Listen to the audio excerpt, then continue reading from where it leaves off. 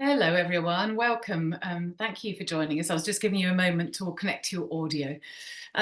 We're really happy to have you with us tonight for our Twilight talk for this month. And this month we welcome Nicci Russell, who's the CEO at Waterwise. And Waterwise is an organisation which promotes the conscious use of water. So she's going to be taking this forward in a second. I'll just go through a little bit of housekeeping, which I'm sure most of you are quite familiar with. If you wouldn't mind keeping your mics off until we have questions and answers a bit later, that would be grand. It's lovely to see you, so please feel free to keep your videos on. We'll have, if you can put questions into the chat and obviously comments as well, that's always good to see too.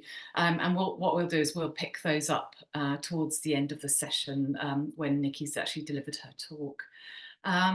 So because this is a Twilight talk, we're able to share the recording, so you'll be able to access that after the event, and we'll also be able to send you on the slides as well from Nicci. And just to say, we'll have a feedback form popping into your inbox towards the end of the session. If you wouldn't mind just putting down your thoughts, that really helps us to curate our forward events. I think that's probably about it and enough from me. So I'll hand over to Nicci. Thank you, Nicci. Brilliant. Thanks, Charlotte. Hi, everyone. Bear with me while I share my screen.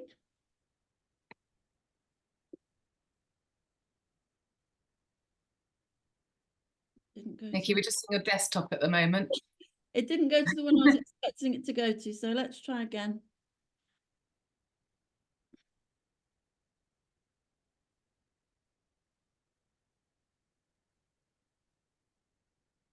There, it's more like it. That's great. Thank you. Great. Okay, so thank you for having me. I've entitled my talk, Nothing Happens Without Water. And I'm going to take you on a journey of what that means and what you can do as members of the construction sector. So Waterwise is the UK not-for-profit. We're the campaigning organisation on water efficiency. Our vision's that water's used wisely every day, everywhere, by everyone. So we think of ourselves as the UK's conscience on water efficiency. We're a people-led organisation which prioritises the well-being of our staff. And you'll see there that we're an official 4-day week employer, which is very exciting. And we've recently joined Race Equality Matters as a member. Let me just check. There we go. This is our strategic direction to 2030, and we came up with this with our board a couple of years ago, and essentially it emphasises how we're going to deliver more impact, more water efficiency, particularly through flexing our independence and through partnership. We are small, you'll see in a minute when I come to our staff picture, so partnerships are really important to us. There's another reason why I'm really happy to be working with Green Register and all of you today. Those of our supporters and affiliates, you'll probably recognise some of the water company logos. About 60% of our funding comes from the UK wholesale companies, and we have other income sources too. But that's really important as a not-for-profit, as Charlotte will know, for our core work, for us to enable to drive the change that we need to see. These are all the networks that were involved in, just the networks in the UK water sector. So we hope we're starting to be more involved in other networks too, but just so you can see that we're very involved. That's our staff team. So there were 10 of us. And it's the first day of Water Saving Week today. So I'm very excited to be with you. Please do go on social media and use our hashtag, which I notice I haven't put on the slide. Oh, it is. It's at the top. Hashtag Water Saving Week. We reach about 4 million people every year, and it's like a really big week for us, best week of the year. There's a quote there from the minister from our annual conference in March this year. And again, that's just to emphasize we're close, say close, we're influential with government and Ofwat, you know, appropriately close, and with the regulators in our sector, as well as with the water companies, to drive change. So what do we need water for? It takes me back to the title of my talk. This is a slide from one of our campaigns a couple of years ago, Water Makes It Possible. And basically, we need water for everything. Apologies on this slide if I'm teaching Granny to suck eggs for part of it. But we do need water for everything. It's hard to think of something we don't need it for. We need it for life. So obviously drinking, hydration, sanitation, healthcare. Can you imagine a hospital with no water? We need it for economic growth, which is a huge subject and includes everything that you all do. Education, the environment, the internet. And here are another few examples from that campaign I talked about a couple of years ago of things that we need water for. Is water running out in the UK? Spoiler alert, yes, it is. So I've put together a couple of slides here with some recent headlines, and we find when we do media interviews, when we talk to new ministers, that there's always they're always quite surprised that this is actually an issue right here, right now, right across the UK, not just an issue for the future. So these are just some recent, we've had all sorts of record heat waves, record low rainfall, hosepipe bans in places like Yorkshire, where Wales had its first ever hosepipe ban. So this really is an issue right here, right now. That's the second one. You can see Scottish Water were worried about Loch Ness. And so this really is something that we need to be thinking about already. So what would it mean? What does it mean, running out of water? And these are some of the things that it means in practice. So rationing, when it gets really bad, someone, probably government, is going to have to choose who gets it. Are we going to water that park? Is that school going to open? Is the hospital going to have the water? What about the supply chain? It's very complicated. Best to make the water that we have go further through water efficiency. So the water environment will be dried up. Not trying to scare you here, but these are the things that, you know, we might be heading towards if we don't do something about it. Luckily, we are doing something about it. But the economy can't really work without water. How can you open or do anything? You can't have new homes and businesses. And I'm going to talk about that in a minute, because some of these things are already happening. Construction's getting blocked because of water scarcity. All of these things will be closed. Public health at risk. Remembering COVID, how crucial water was. It really reminded us all how essential it is for life. The climate emergency, it's harder to meet net zero if you think, for example, we're pumping and treating water which is being wasted, or we're heating water in homes and workplaces that's being wasted. That's all a waste of carbon. And in terms of adaptation to the climate emergency, restricted access to water, we've seen that happened in Cape Town a few years ago, and bills go up. And I did want to emphasize that this is already an actual thing. There are already parts of the country, I'm sure there are some people on the call that have experienced this, where new businesses are being refused connection to a water supply. So this example one, Anglian Water in the east of England, which is one of the very driest areas, they have implemented a policy to say no to non-household connections if it's not included in their forecast. And just to say that the forecasts across the country already have a big gap, it's like a crocodile gap between the supply that they'll need, the demand that they'll need and the supply that they actually have. So they've turned down, what's that? 92% of applications from non-household customers for water. And the other example is that in Cambridge, the Environment Agency have said that because of environmental protection, any new development in Greater Cambridge cannot increase extraction. So that means it all has to be offset. And actually, good news, a lot of money is going into Cambridge from the government to work out innovative ways of doing this. But just two examples there.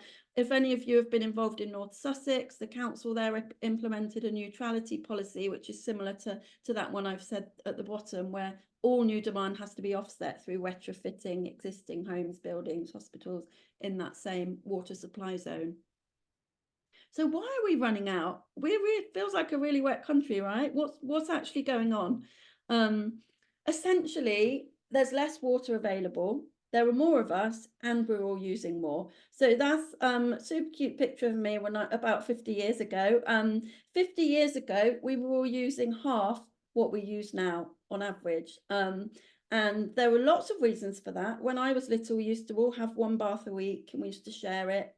Now lots of people are having lots of showers every day, baths and showers. That's just one example. If you think of how we use water in the garden, those of us lucky enough to have gardens, massive great big paddling pools from Aldi and Lidl, sprinklers, all of these kinds of things. So we're using it differently. There were loads more of us, and there's actually a decline in the water available because of the climate emergency. And I've just put that point there at the bottom in terms of business use. So business use of water is actually rising. During COVID, we obviously saw a really clear pattern of water use moving from workplaces into homes, because that's where the people were.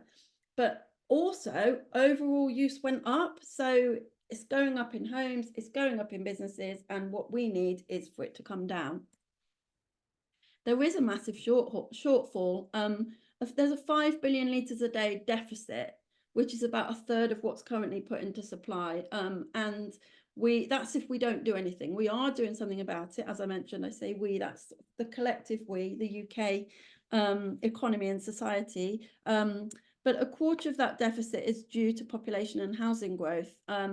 And a large amount of it is due to the need to protect and improve the environment. So you can see the scale of the issue is really big. And actually, every time the water companies revise their water resource management plans, the gap looks to be getting bigger, even though the companies are putting in more measures to drive more water efficiency. So I've got a little video here. For our Dry July campaign last year, Imperial College students put together some resources for us. And this video I really like. It's only 1 minute long, and it just reminds us that water often gets forgotten in sustainability. So for example, net zero, energy efficiency, recycling, often at the top of an organisation's agenda, but water not always so much. So I'm just going to press play and hope that this works. Do you do anything in your daily routine to help the environment? I don't litter us. Yeah, turn off the lights, try and encourage people not to eat meat if I can. I try and recycle, like small things like walking and like not like using cars and stuff. Like it's something that like I do. I only just put my rubbish in the recycling bins. I walk to campus usually, or take the public transport, not like taxi or cars or anything. And do you do anything to save water?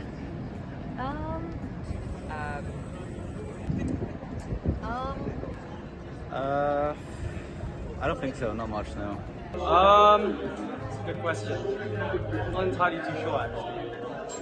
Or, not really. I just turn off the tap when I'm not using it. So I guess if that counts as saving water, then sure.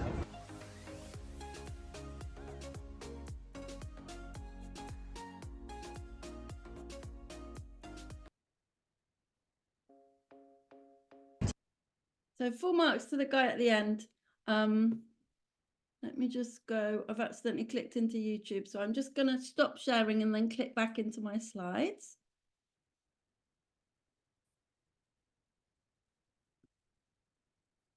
In a second, you'll be pleased to know I'm coming on to the part entitled, "What can we do about it?"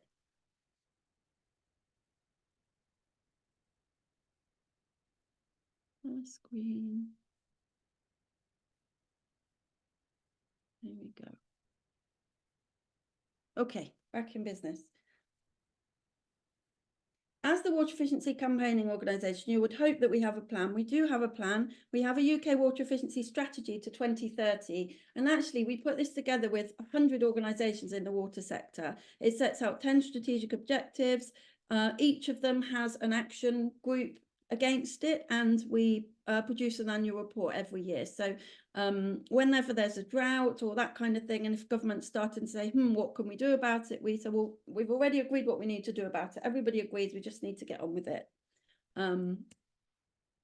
We also run campaigns. So these are all of our 2023 campaigns.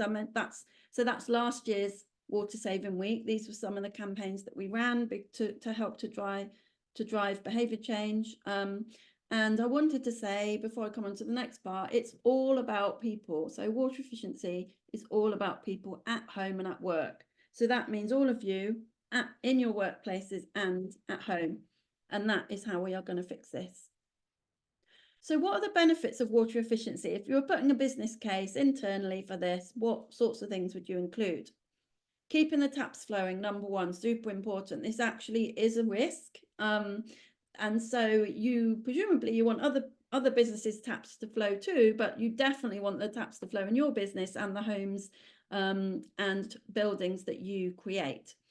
So that is a really important part of it, and a huge amount of the deficit is to be met through new government water efficiency policies, which I'll come on to in a minute, which are aiming to drive water efficiency and link very much in with the construction sector. So water labelling, building regulations, product standards. And again, I know some of you will be involved in some of those already. So enabling growth and improving resilience, just to emphasize this, growth can't happen without water. And we are already seeing restrictions on growth as a result of water scarcity. Protecting and enhancing the environment, absolutely essential. The public really cares about this. Successive governments and all of the UK governments want to improve the environment and not just protect it.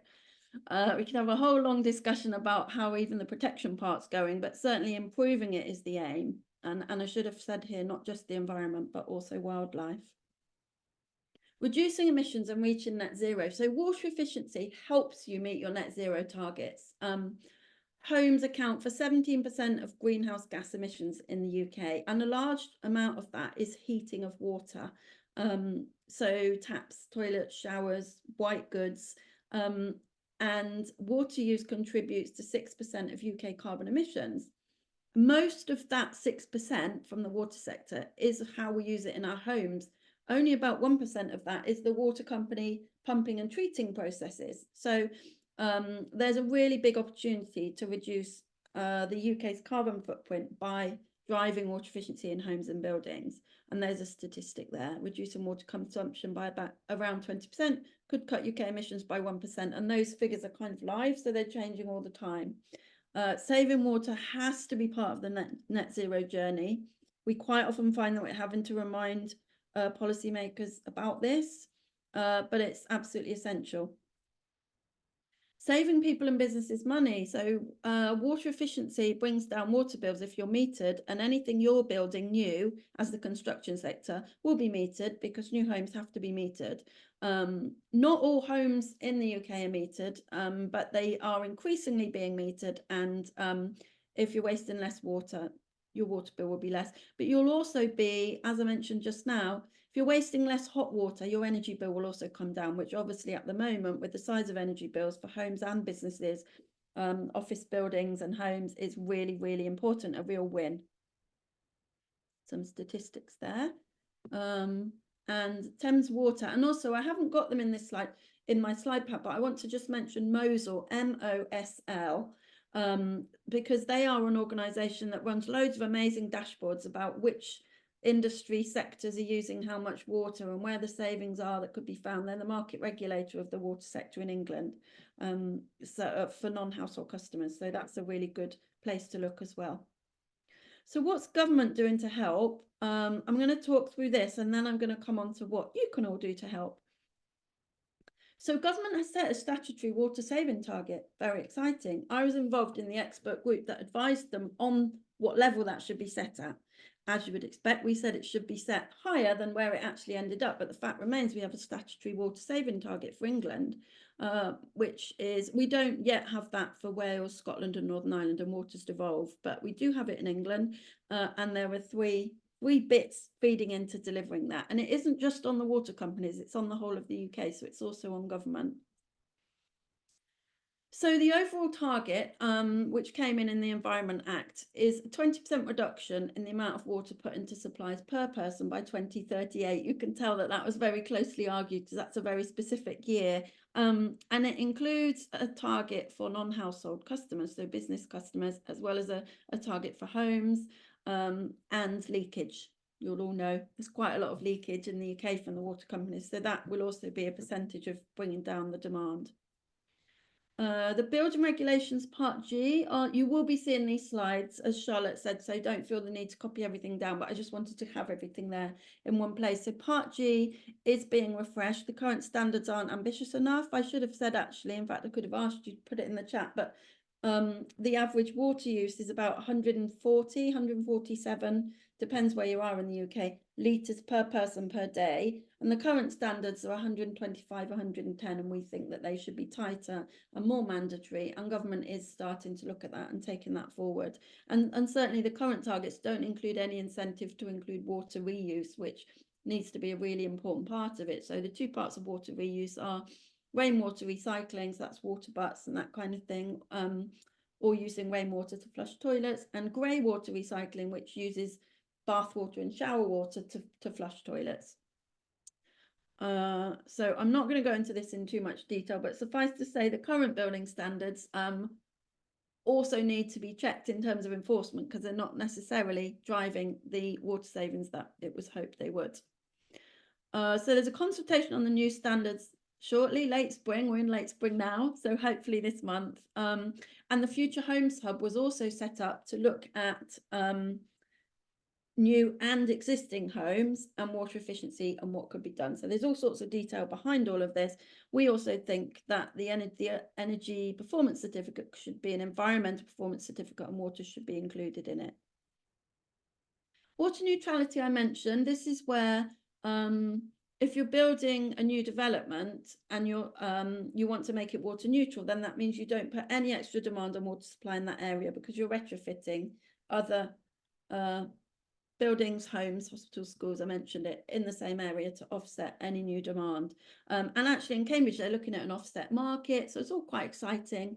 And we would love to see water benefit. So you've probably heard of net benefit for biodiversity, where you actually leave more biodiversity, more wildlife than there was when you got there. And we'd love to see that for water too, which is kind of the next step beyond water neutrality.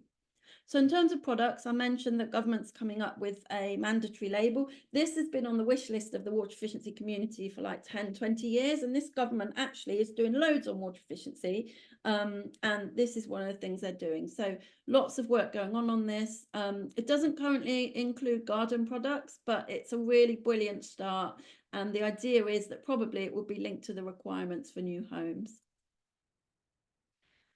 Pushing the right dual flush button is actually a really major issue, and it's a design flaw which the bathroom industry is trying to fix. But lots of research has been done into this, and I challenge you, next time you go into a building, whether it's a shop or whatever, or even actually sometimes in your own home, are you actually totally clear which of the buttons is for a number 1 and which is for a number 2? And there's a lot of confusion amongst people, and this is one of our Water Saving Week days. We've got a whole day around toilets, spend a lot of time talking about toilets. So also encouraging innovation, and the products label will help with this. So there's all sorts of really whizzy things. You see them on LinkedIn all the time. They're all over the world. We have some of them here, but at the moment none of these new innovative products can be fitted in a new home. So there's also a need to review the water fittings regulations and the other things mentioned there, and they obviously are based around health and safety, so there's a need to bring these two things together. Smart water meter rollout, again, big thing on our wish list at Waterwise. Most people have dumb meters, which means they get read once a year. They're in the ground, like right out in your street somewhere. You have to get all muddy when it gets read. Smart meters, there's degrees of smart meters, but basically what you want is something that can be read remotely a couple of times a day, and then you can really play loads of tunes on it, because you're giving customers loads of information, you're giving water companies loads of information, and there's all sorts of things you can do to drive water efficiency. The current policy on metering is that companies that aren't currently seen to be water stressed, water companies, can't compulsorily meter and charge on those meters. So we again trying to change that, because basically everywhere is water scarce in the UK at the moment, and certainly will be in these planning timeframes we're talking about, 10, 20 years.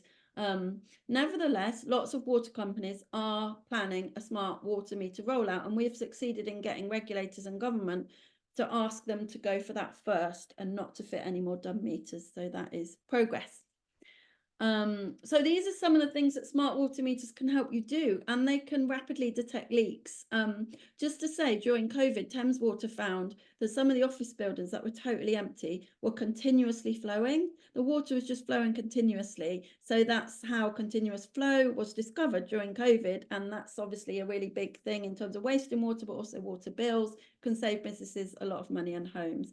I'm not going to go through all of this, but just to say that leaky loos is also a really big problem. Fixing leaky loos, and by that we don't mean loos that are leaking all over your floor. It's just if you've got a constant drip down the back of your toilet, that's a leaky loo right there. And it could be wasting the same amount as having another big family living in your home. And smart meters also support behaviour change, which I mentioned.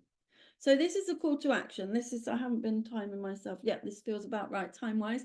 So this is what you can do about it. So I'm just to say first, I'm sure that lots of you are doing this stuff already, but I'm just here to help advise and help you aim to be even more ambitious. But actively playing your part in meeting the challenge is really key, and water management in construction is really going to be a big part of it. There's a statistic there about how much water could be saved if we got water efficiency completely right in construction. So it's a cornerstone, should be, of sustainable construction, and it significantly impacts local water cycles, not just availability of water, but also the health of ecosystems.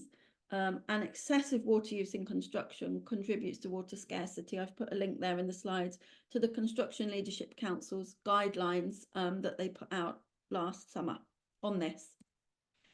At Waterwise, we can help you get ahead of the curve. So we have a program called the Waterwise Affiliate Program, where you essentially become a member of the Waterwise family. You pay a couple of grand a year, and it means that you're sort of first to hear when things are going on. You get additional opportunities, or you get first dibs at things like sponsoring our campaigns and events.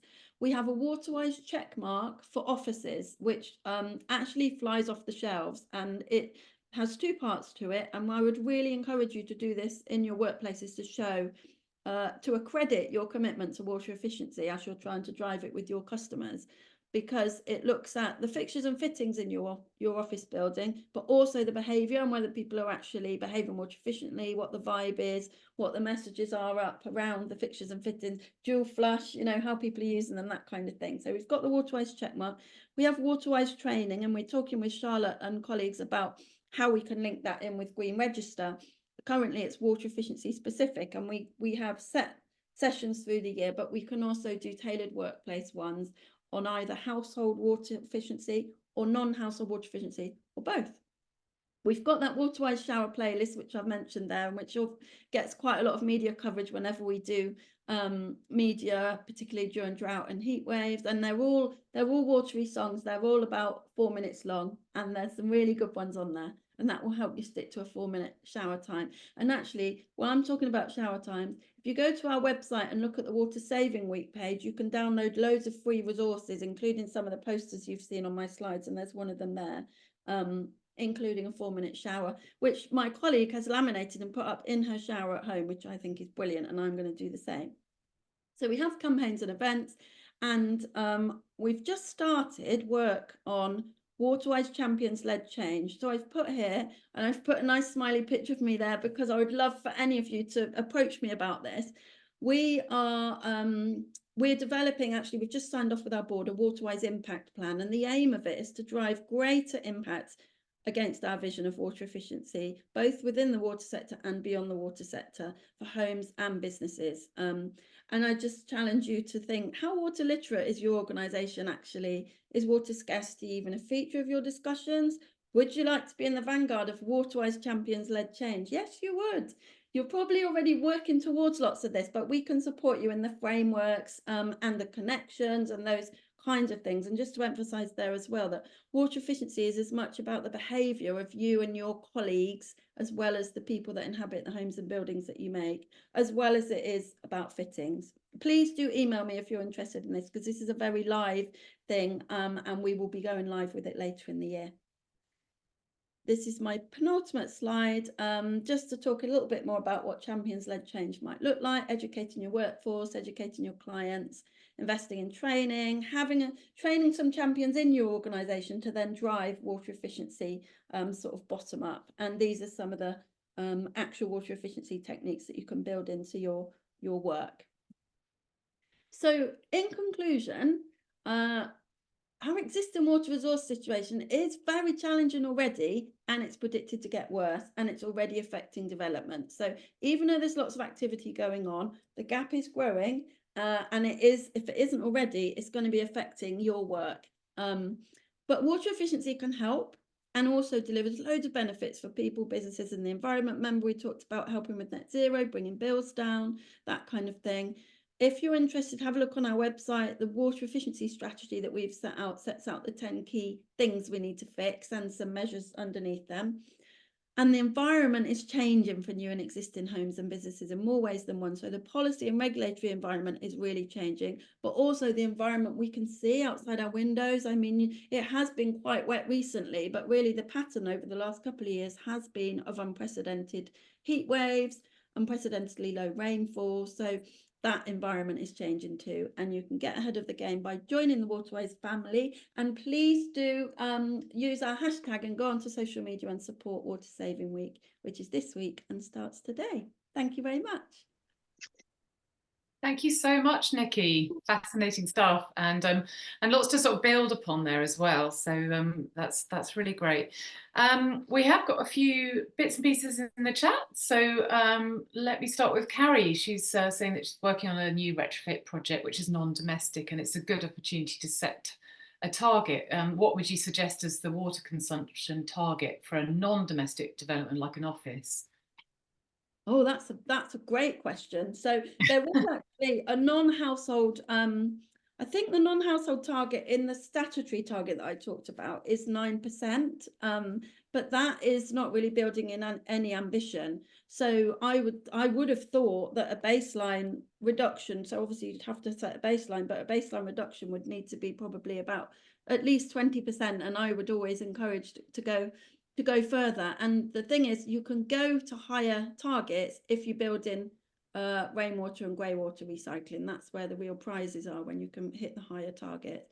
But also some of my colleagues are probably a bit hotter on the actual statistics on that stuff. So if you wanted to contact me by email, my email's in the slides, and I can maybe give something a bit more scientific. Sounds good, thank you.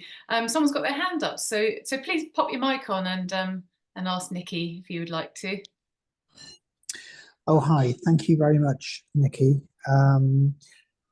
Forgive me for the question. I realise there's perhaps an emphasis on residential and homes and houses, which is important.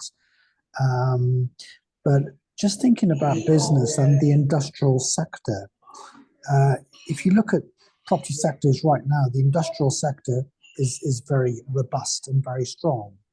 And indeed, I'm thinking of a client I'm acting for right now on a development, sustainable transport, HGVs, electric HGVs, no tailpipe. We're going to retrofit some premises. And therefore, we've already had a conversation about rainwater harvesting. And we're kind of thinking, well, who do we go to for that? Because we're not immediately getting any advice. So my question is, there's something here about industrial at a huge scale that could save water, which is part of your presentation, but also very interested in rainwater harvesting. Brilliant. Well, again, great question. So on the second bit first, I would suggest contact Storm Saver. They are the biggest rainwater recycling company in the UK, and they build their own kits, so it's all tailored. So you can find them online, Storm Saver, or via me on LinkedIn or by email, and I can connect you. But just on the wider point, yes. And what we find is that often even the energy mix, the water required for the new energy mix, whatever that looks like, isn't necessarily being factored in. And you haven't said, is that client already building in water? You have said, because you're trying to look at rainwater recycling, because the chances are that wherever a new industrial site is going to be in the UK is going to be running out of water. So the last thing I guess I would say is that what we find for non-household customers is that about 90% of the water used by businesses is used by about 10% of the businesses, and they are the really big ones, and they tend to have their own water efficiency stuff going on. All of the other non-household customers tend to be micro businesses who are using water in a homes kind of way, taps, toilets, showers, how we would all use them at home. So those big players do tend to be a bit more on the ball. And it's great to hear that your client is up for it. But definitely on rainwater, I would say contact Storm Saver, and they will be able to help. Storm Saver. Thank you, Nicci. That's helpful. So I just wanted to pick up a point from Bob from the chat. I don't know, Bob, it might be easier. Would you mind putting on your mic and just expressing your point there? Yes, hi. that's been a fascinating Oh, thank you. crawl through the process of everything. I live outside Folkestone, and the district council's core strategy was adopted brand new about a year ago. And in the process leading up to that, the district council had wanted to adopt a higher standard of water consumption for residential properties. The inspectors took that out. They struck it out because they said it wasn't, I'm not quite sure why they said that. They felt that it was sufficient, but they thought that it was more than adequate to simply use building regs standards. So we're in a water scarcity area permanently, almost. We've got a lot of problems with nutrient neutrality and the Stodmarsh area close by. There are so many mixed messages, and then behind that you have residential owners who say, well, I can't cope with that. There's a culture which is used to the idea that water is free, and an automatically available, and I think I'm right in saying that the water companies are pretty much obliged to say yes, they can provide water to almost any development. I was interested in your comment about East Anglia, but there are so many mixed messages, and it doesn't go anywhere. The only mechanism I see that makes most people take notice of things is if you start paying the real price of it. People tend to economize when they realize that it is an actual expense. Maybe the water companies should be charged for the amount of water that they lose in the delivery pipework as well. But that's there are lots of issues like that. A few things in there. Well, brilliant, all brilliant points, Bob, and I couldn't agree with you more. That's hugely disappointing about the development that inspectors would come in and say, oh no, it's all fine. One of the things we're trying to do is one of the things I'd like the government to do is, in their review of building regs, why do we have to have a two-tier system? The problem is real. Why don't we just have one tight standard that's mandatory, and then we wouldn't have to have all this faffing around with, it's not efficient. It's not an efficient way of doing it either. And I would definitely like to see a tighter mandatory standard so that we wouldn't see what you've talked about. On the household side, yes, you're right. Water companies do have a statutory duty to supply, but not to the non-household side. So that is where Anglian Water, as you mentioned, has been flexing its muscle a bit and saying, well, sorry, we don't have the water for this. I mean, Ofwat, the economic regulator of the water companies, do get a bit cross about that.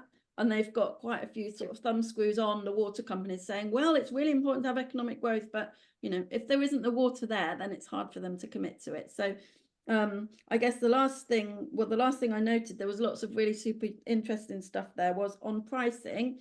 And we get asked in media interviews and things, is water too cheap? And I say it depends who you ask, because actually there's a lot of people still that can't afford to pay their water bill.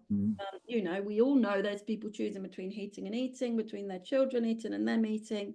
But lots of people like me just pay. I mean, I actually, as a bad example, I do know my water use because I kind of have to for my job. But loads of people just pay the direct debit, right, and don't know how much water they're actually using, because it isn't a big enough bill for them to think, okay, I need to do something about this. So it's fraught. Should water bills go up? I mean, you would need the protections in place, and government kiboshed a national social tariff, but it's doable. It's not rocket science. So I think at some point probably water scarcity pricing will come in, and the water companies, to be fair to them, are bringing in different tariffs for different times, peak tariffs and seasonal tariffs, to try and measure whether that will drive behaviour change.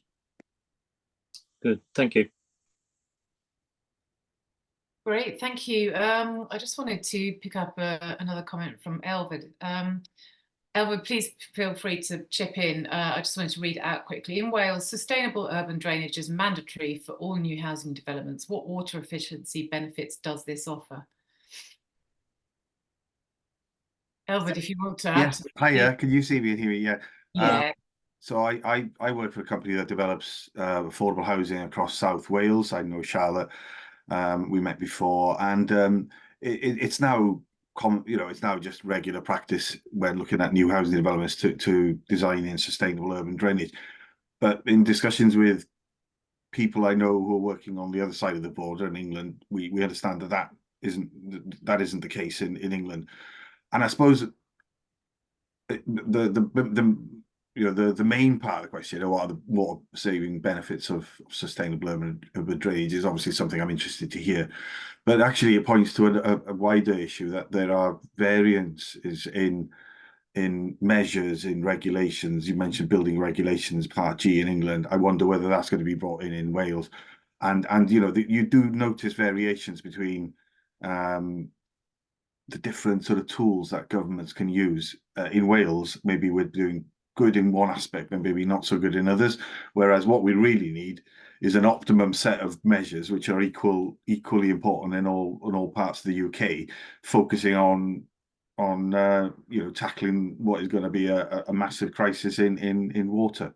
So yeah, your views on SUDS, but also the wider variations, and why this, what could be done as a UK-wide body to campaign for water efficiency. You have a unique opportunity to, so a two sort of edged question, I suppose. Yeah, sure. Well, on the bit about basically water being devolved and having different policy and regulatory patterns, it can get messy.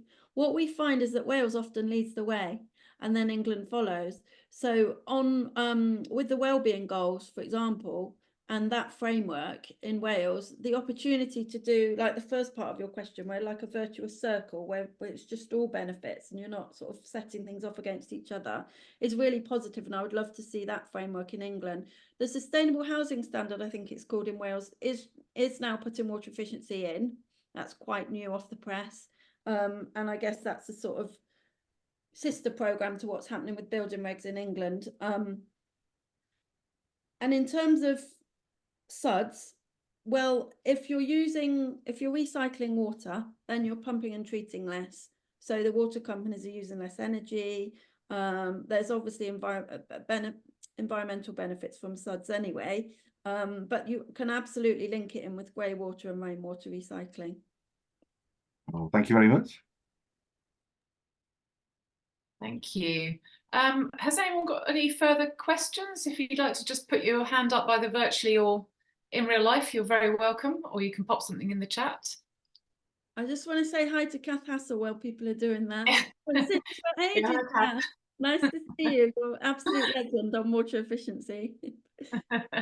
Absolutely. Kath, if you've got anything you want to chip in with, then please, it'll be well received, I'm sure.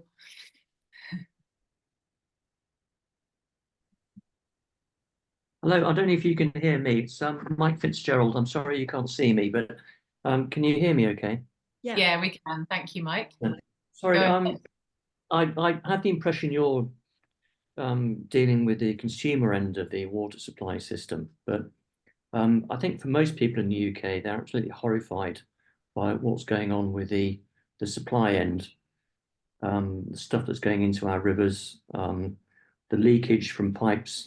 Thames Water technically completely bust.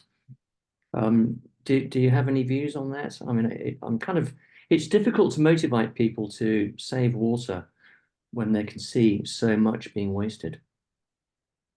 100% agree, Mike. It really impacts on whether, I mean, even leakage alone, people see a leak at the end of their street, they just think, well, why would I bother? The water companies are aware of this too, and absolutely the stuff about profits, bonuses, companies going bust, the privatized framework, what's all the poo going into beaches and rivers and people not being able to swim, people getting ill. I don't really have anything much to add to what you're saying. It does make water efficiency behaviour change much harder. We do work quite closely with the companies, and I would say they are trying to tackle all this stuff, but I'm not here as a representative of them. I'm a consumer too, and I'm also dismayed by what's going on. So I guess I'm a bit torn. But the main point of what you said is it's hard to motivate customers to be water efficient when all that stuff is going on, and that is certainly true. But do you think there's a sort of perfect storm coming down the road in terms of these water companies? Because I can't see how they're sustainable anymore, really. I mean, my view is they should never have been privatized. I think water is something like power as well, is something that should be really run by the government.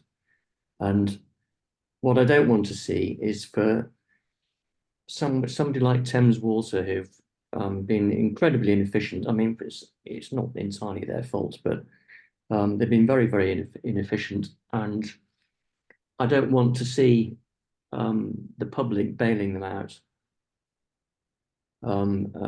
because they've been paying dividends, they've got shareholders.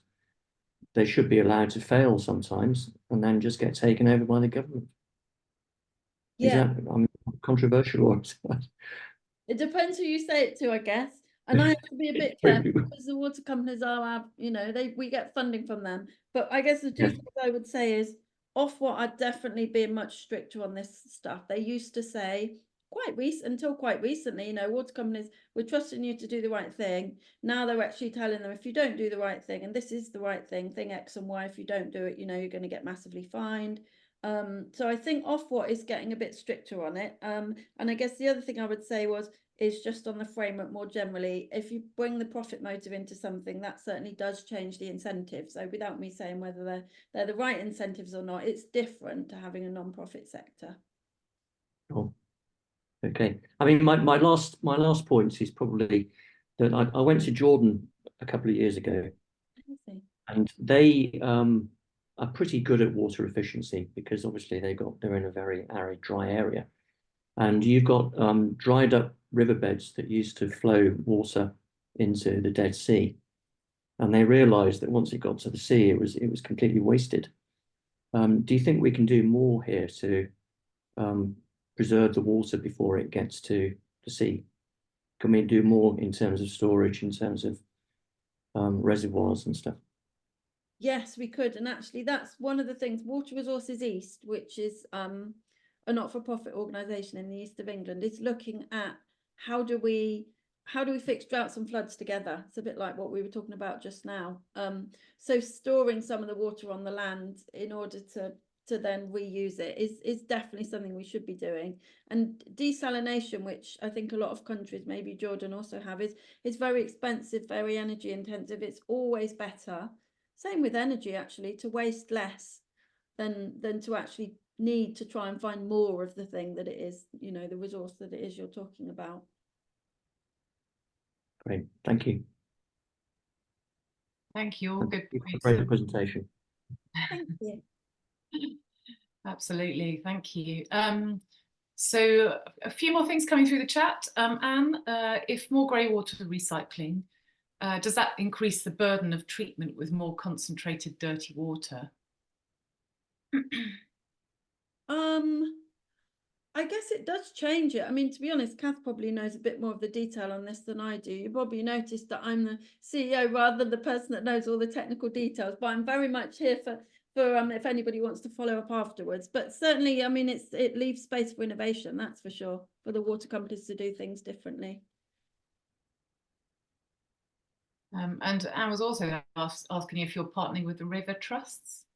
We are. We work closely with them. So Waterwise and the Rivers Trust and a couple of other charities co-founded the Blueprint for Water Coalition, which is an environmental NGO coalition 10-15 years ago. And so we're all in this Blueprint coalition, and we set targets and we mark how the water companies are doing, how government regulators are doing. So we do work really closely with them. Yeah. Excellent. And oh yeah, construction sites. What about water use on site? Should we be focusing on off-site construction?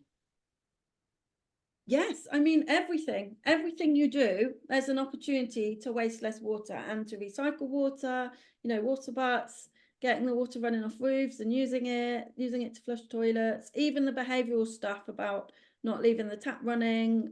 So absolutely, definitely that should be included in a water strategy for an organisation. Everywhere that you use water, there's an opportunity to waste less. So definitely.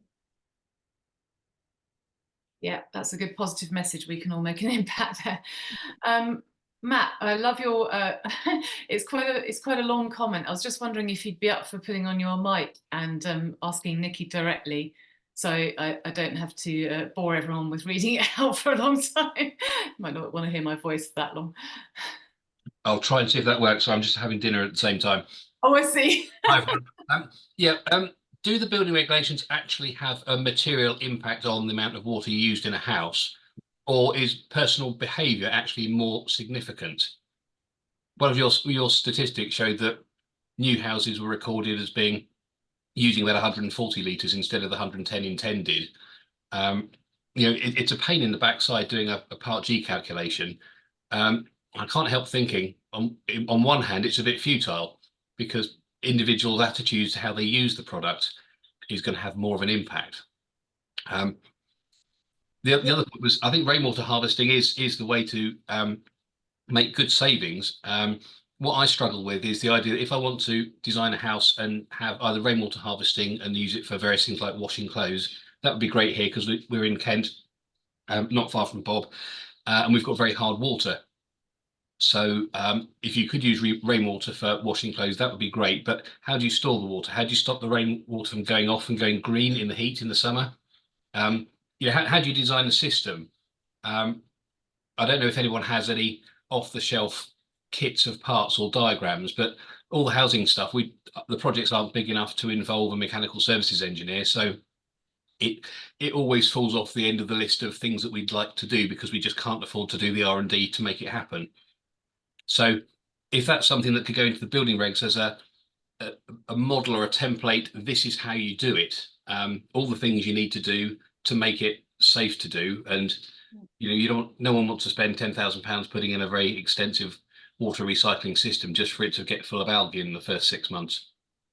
So I think I'd like to do it, but I feel I don't have enough information to do it. Yes, and there is this regulation that the Drinking Water Inspectorate enforce, which is about having to supply wholesome water, and that isn't there, and that has made people risk averse in terms of grey water recycling and rainwater recycling, well, particularly grey water actually, but your points about algae obviously stand also. So I'll take that back and feed that into our conversations on building regulations about the template.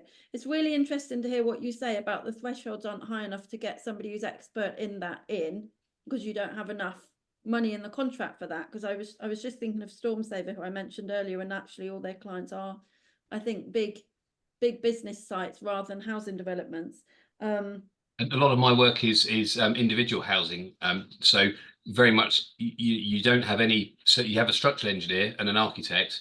The builder or the local plumber or electrician will be doing their works directly. You don't have anyone who's got particular expertise in this discipline, and it's quite sort of peripheral in the bigger picture. So we just don't have the resources to drill down in detail to make it happen. Yeah, I take that point. That's a really good one, and I will feed that in because you just sort of need something that you can buy off the shelf and trust, don't That you? would make it much more accessible for lots of people to engage with. The other thing, a comment you just made about potable water and the idea that not all water that you need in a house needs to be potable. Clearly, what comes out the tap is all the same, so you use it for everything. But the idea that you've got different types of water and different grades and qualities of it. We're not going to have 2 pipes coming in the house, but certainly reusing it and getting people wired to the idea that it's not all the same. Yeah, and in a lot of countries they do have 2 sets of pipes, and the easiest way to do it is to build it in at new build. The retrofit route is a lot harder. I guess it's the same when you've got solar panels on your roof. It's the same kind of principle. Much easier to build it in at new build.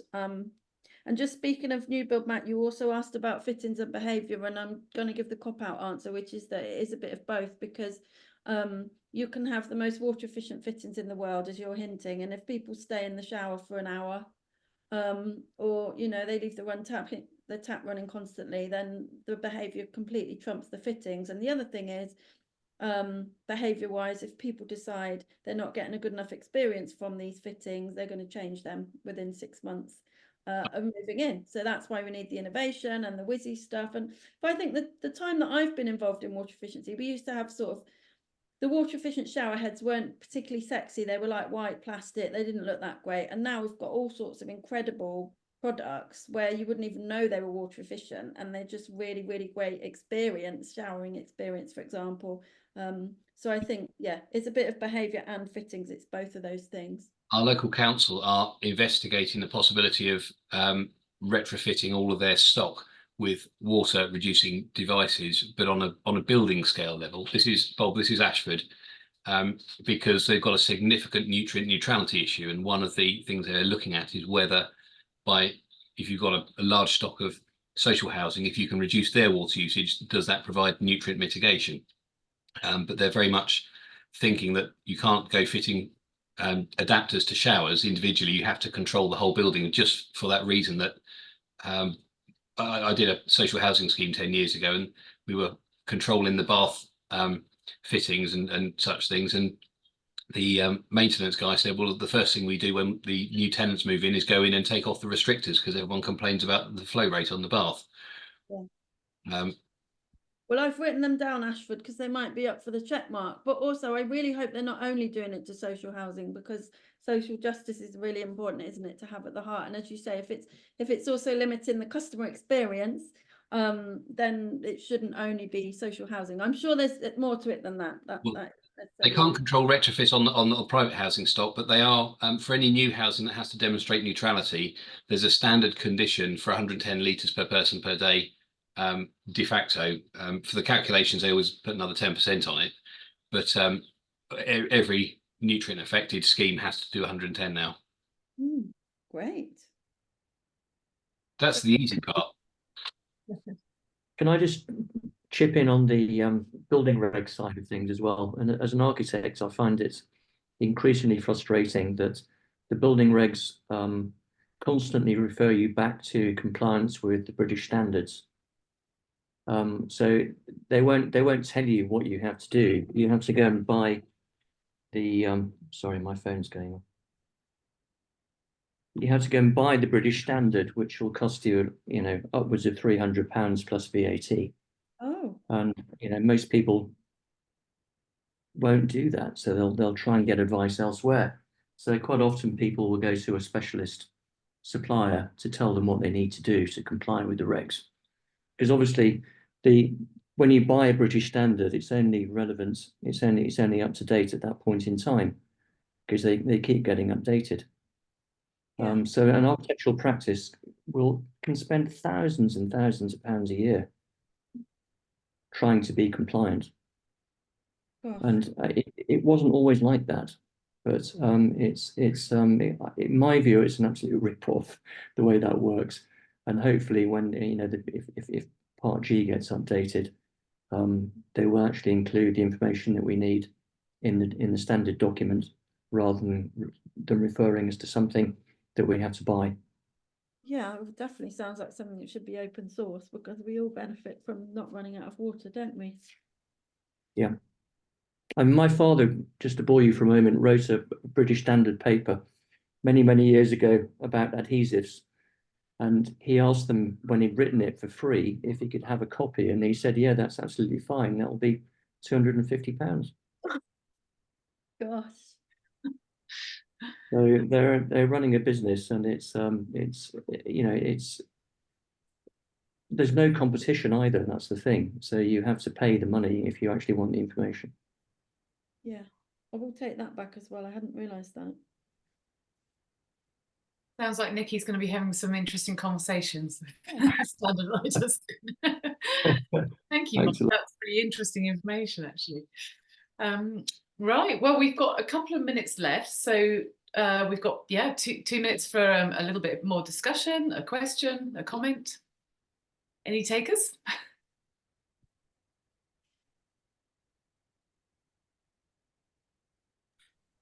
Yeah, I think I'd chip in. Can I pick up on what Mike was saying? Because the idea of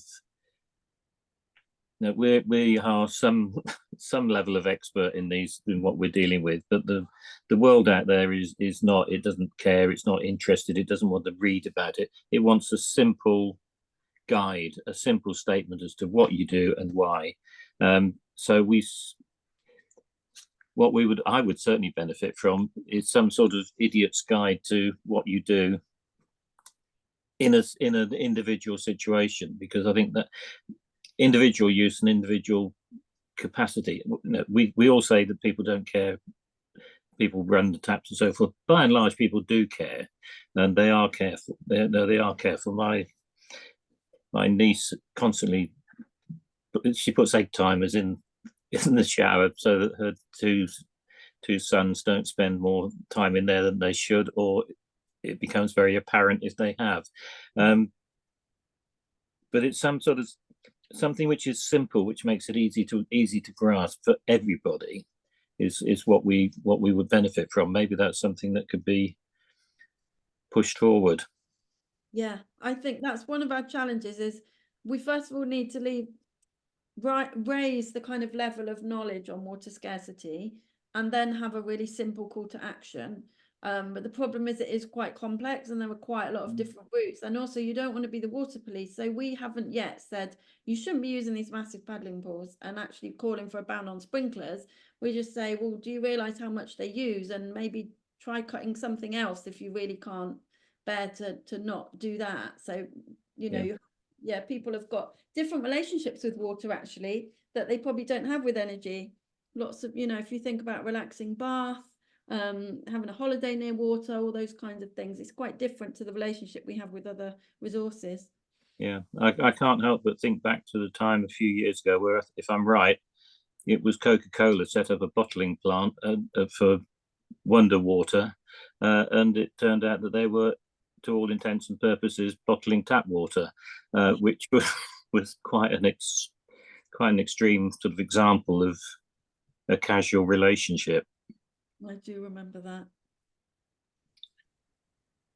Wonderful. Well, I think we're at 6 o'clock now. So if you haven't had your dinner already, you might be now thinking about that. So we just want to thank Nicci so much for joining us. And we've had some very interesting discussions. Thank you so much to everyone who's contributed and been here and enjoyed the session. Thank you so much. Nicci, we'd love to hear from you again at some point. So maybe we can catch up sort of later down the line. But it's been an absolute pleasure to have you, and thank you so much. Thank you, and do get in touch anyone who's interested in following this stuff up. Thank you. Have a good day. So we'll share the slides, and Nicci's email is on the slides, and I think your web address is probably on there as well, is it, Nicci? So we can definitely share that. Wonderful. Thank you so much, everyone. Have a great evening, and we will see you very soon. Bye. Bye-bye.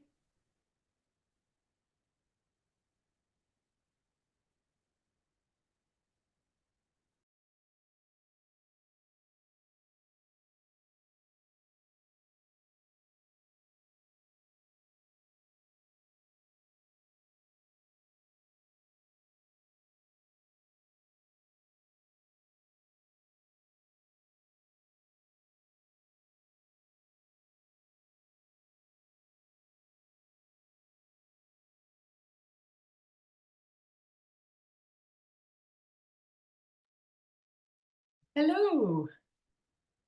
Hi, lovely. How are you doing? Oh, you're muted. I think Nicci's gone. I thought she might have waited, so. Yeah.